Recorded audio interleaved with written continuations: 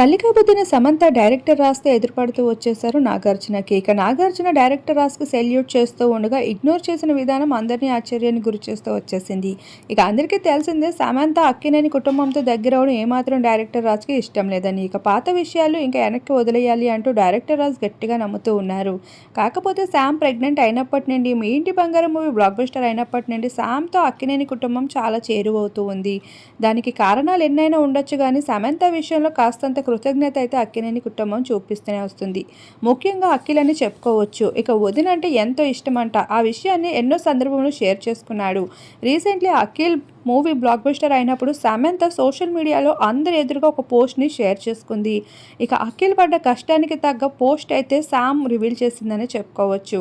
అలా అక్కినేని అఖిల్పై సమంతకి ఉన్న అభిమానాన్ని మరొకసారి షేర్ చేసుకున్నప్పటి నుండి డైరెక్టర్ రాజ్ అయితే స్ట్రిక్ట్ రూల్స్ అయితే శామ్కి విధించాడంట.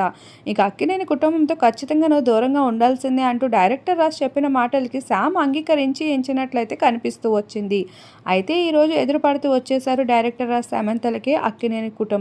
ఇక సమంత ఆ విషయంపై హ్యాపీగా ఫీల్ అవుతూ ఉంటే, డైరెక్టర్ రాజ్ మాత్రం ఈ విషయాన్ని ఇగ్నోర్ చేస్తూ కనిపించేశారు.